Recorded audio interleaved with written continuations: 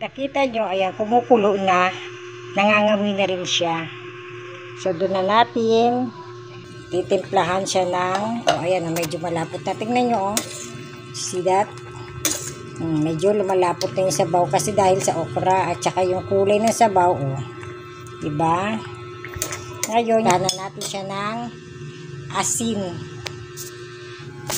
Okay guys, ito na yung asin. Depende sa panimpla nyo, no? Para masyadong marami, bawasan. Ayan, binawasan ko. Lagyan na natin ng isda.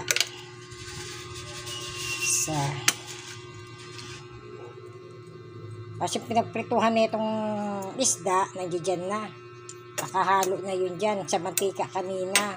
Para mas malasa, kaya natin kumulo. Bago natin tikman uli. Okay? Wait a minute. Pag kumulo, titikman.